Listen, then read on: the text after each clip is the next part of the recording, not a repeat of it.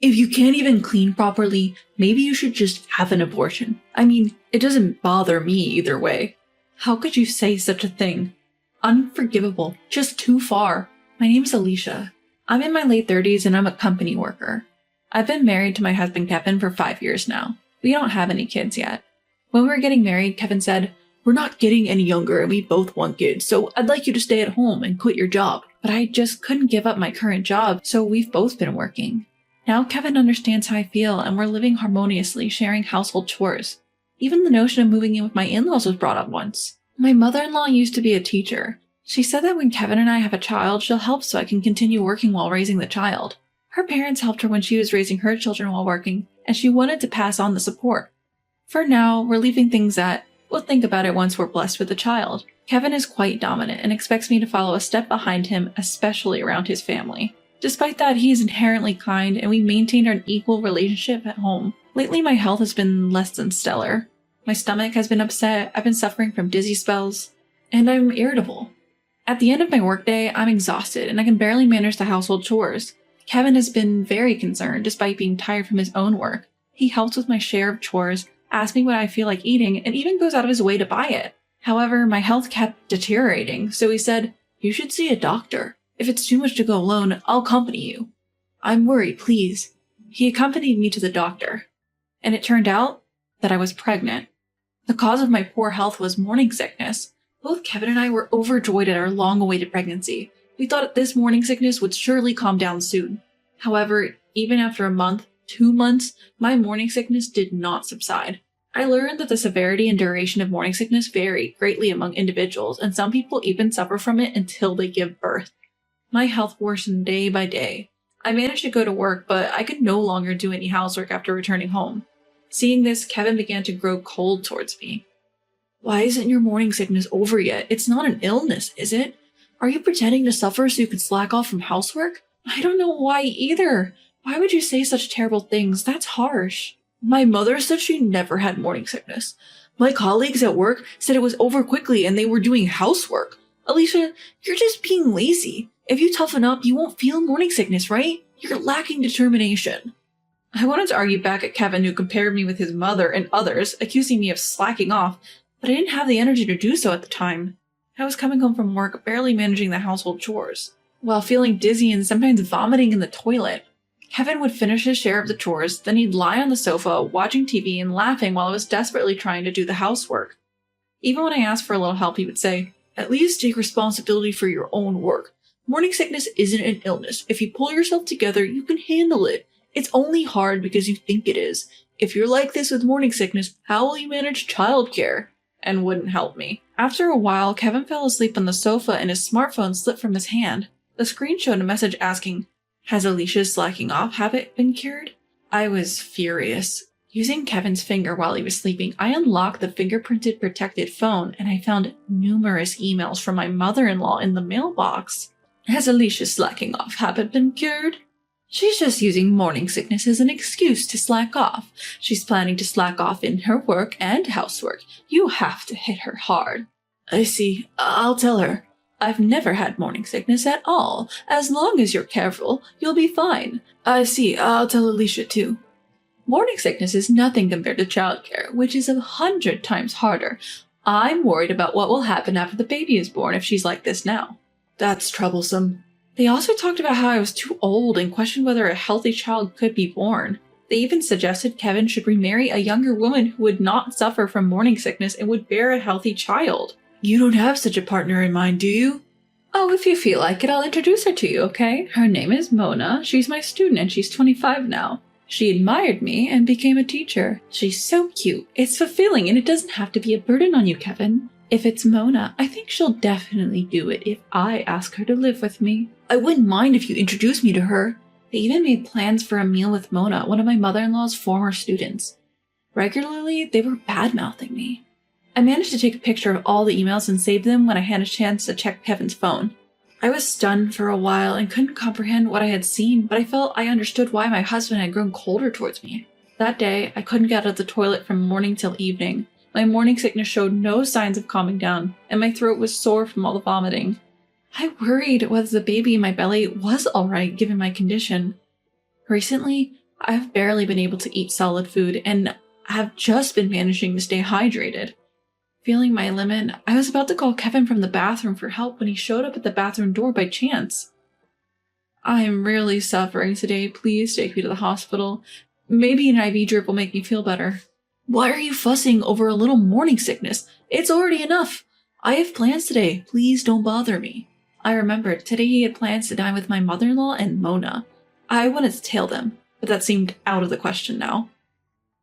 I plan to go out in the evening, but seeing you, Alicia, depresses me. I'm leaving now. I can't even relax in my own house. Just keep slacking off alone, alright? Why are you always so cruel? The child inside me is ours, Kevin. Can't you cooperate or help a little?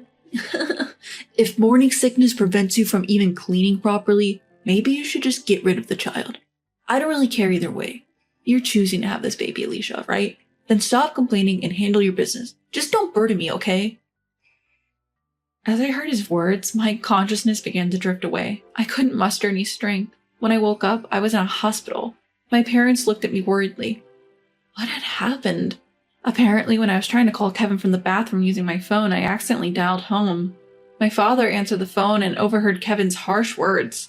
My parents rushed to our place immediately and found me collapsed alone in the bathroom. Kevin had left me unconscious and gone out.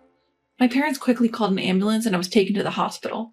Fortunately, both I and the baby were okay, but I was advised to stay in the hospital for a night just to be sure. My parents tried to reach Kevin, but he was unresponsive. He had read the messages but didn't reply. He didn't show up at the hospital that day. I told my parents everything, sobbing. I showed them all the photos from Kevin's phone. My father, deep in thought, said, "We need to talk with Kevin and his parents."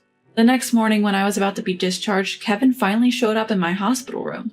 Kevin, grinning, said, "Seriously? What are you being hospitalized for? You just stayed one night, right? See, I told you your morning sickness isn't a big deal. Let's go home now." Kevin, wait a moment. The doctor told me something earlier. I got a medical certificate that recommends rest due to my condition. I've already contacted my workplace to take leave starting tomorrow.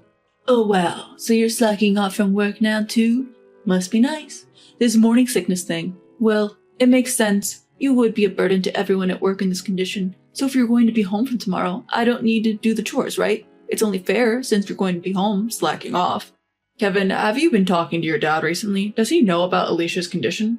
Well, no, I haven't talked to my dad recently. I do keep in touch with my mom, and I've told her about the situation, so I think she has informed my dad. Considering Alicia's situation and your current attitude, Kevin, I cannot allow her to return home. We will take Alicia in for a while. What? Don't spoil Alicia, please. Well, we are sorry, but regarding this matter, we need to apologize to your parents. We would like to visit when your father is present. Also, what happened last night? We tried contacting you multiple times. Or perhaps you were too busy with work? I wonder if Kevin noticed that my mom's eyes were not smiling even though she was. He made a tense face and said, "Okay, I understand. I'll make arrangements. Last night I was working. I've been busy recently. Excuse me." And he left the room. Then the doctor came for the final check before discharging me. After finishing the examination, the doctor explained how I should take care of myself from tomorrow onwards. He then addressed Kevin. "You're Alicia's husband, right? Alicia is going through a tough time right now, so please take care of her. Try to do the chores so that she can rest her body." To which Kevin replied, "Doctor, what are you talking about? It's just morning sickness." Well, I understand from your position you have to say that to avoid complaints, right? Don't worry, I'll make sure Alicia does what she needs to do. When we have a family meeting, my parents will surely reprimand her too. Now, if you'll excuse me.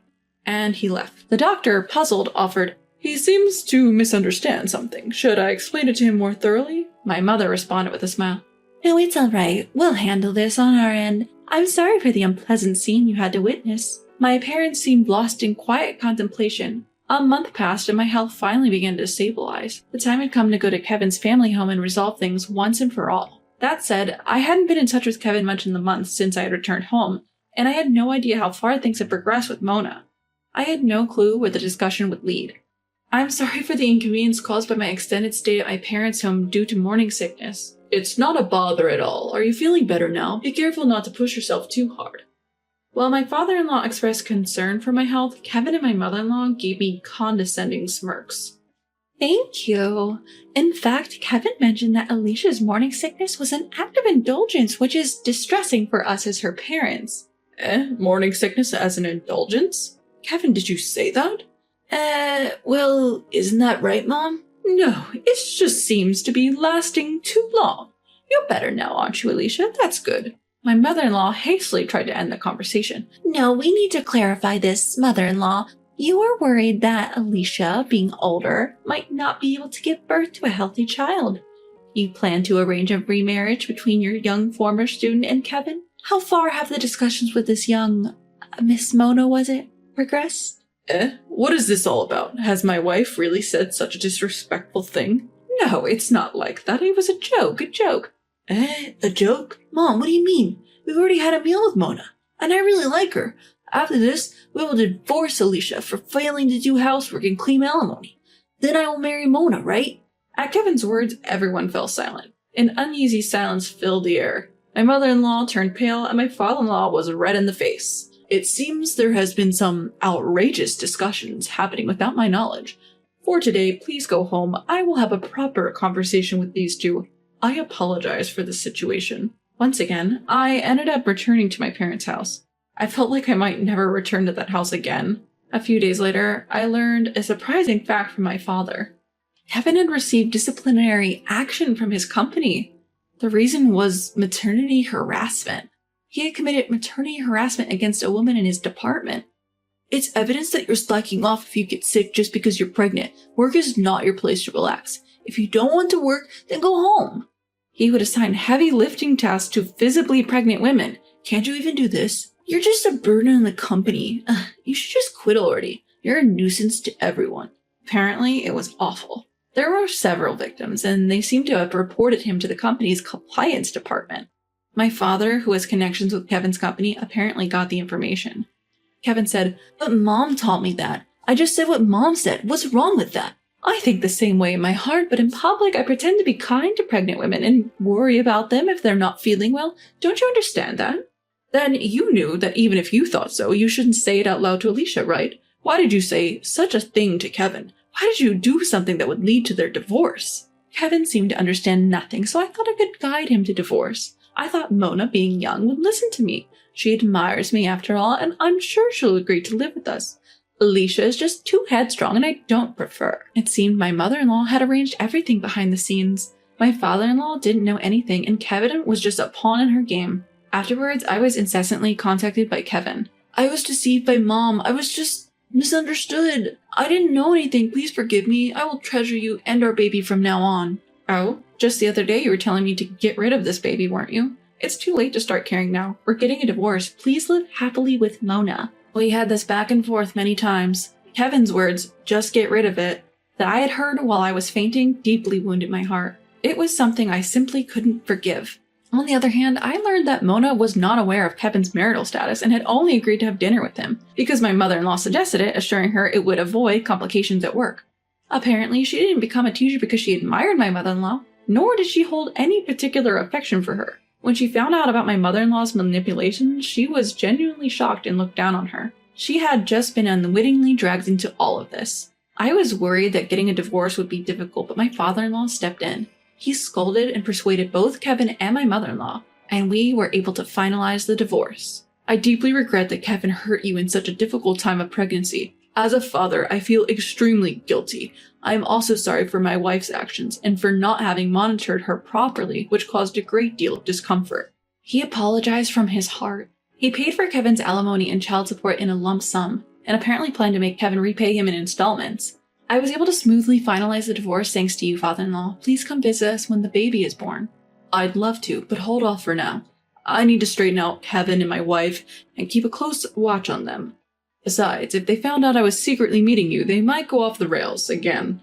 I don't want to expose you or my grandchild to any more danger. Kevin resigned from his job, which he had been disciplined at. He said it was too hard to stay at the company. He tried to find another job, but seemed to be having a hard time sticking to one. He's living with his mother under his father's watchful eye, and it seems he's having a rough time. Rumors about Mona's situation spread in my mother-in-law's workplace, and it seems everyone is giving her strange looks. The teaching world is a rapid turnover of school reassignments every 3 to 8 years, which apparently makes it easier for rumors to spread. Even without this rumor, my mother-in-law was already a dubious person, so people around her were likely thinking she might do something like this. I wonder if she was shocked to find out that Mona, whom she thought admired her, actually disliked her. Lately, she seems to have become very quiet at work. After safely giving birth to a girl, as expected, Kevin pleaded, "Please let me see my daughter. I have a right since I'm paying child support."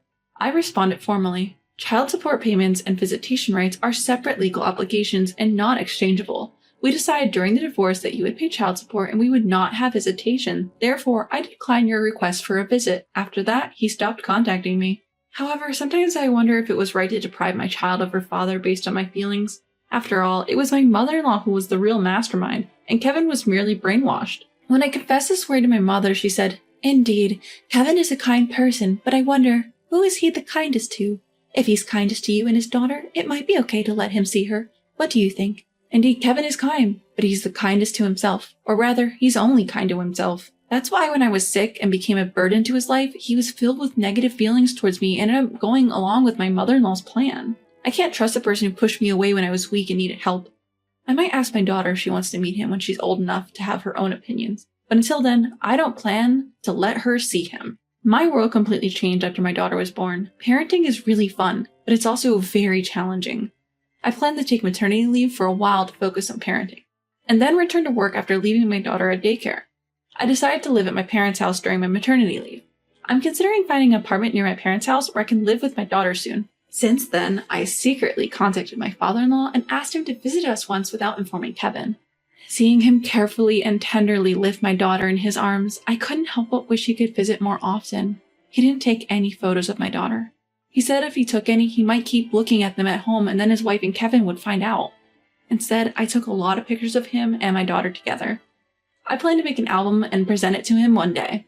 I'm incredibly fortunate. I have the support of my parents and a job to return to.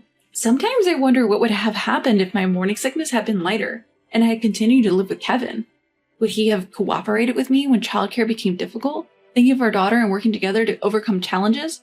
Would he have risked his own life to protect our daughter when danger loomed? When I think about this, I feel glad that my severe morning sickness exposed Kevin's true character early on. Maybe it was my daughter who made me aware of this. From now on, I plan to appreciate the kindness of those around me and move forward with my daughter, looking ahead.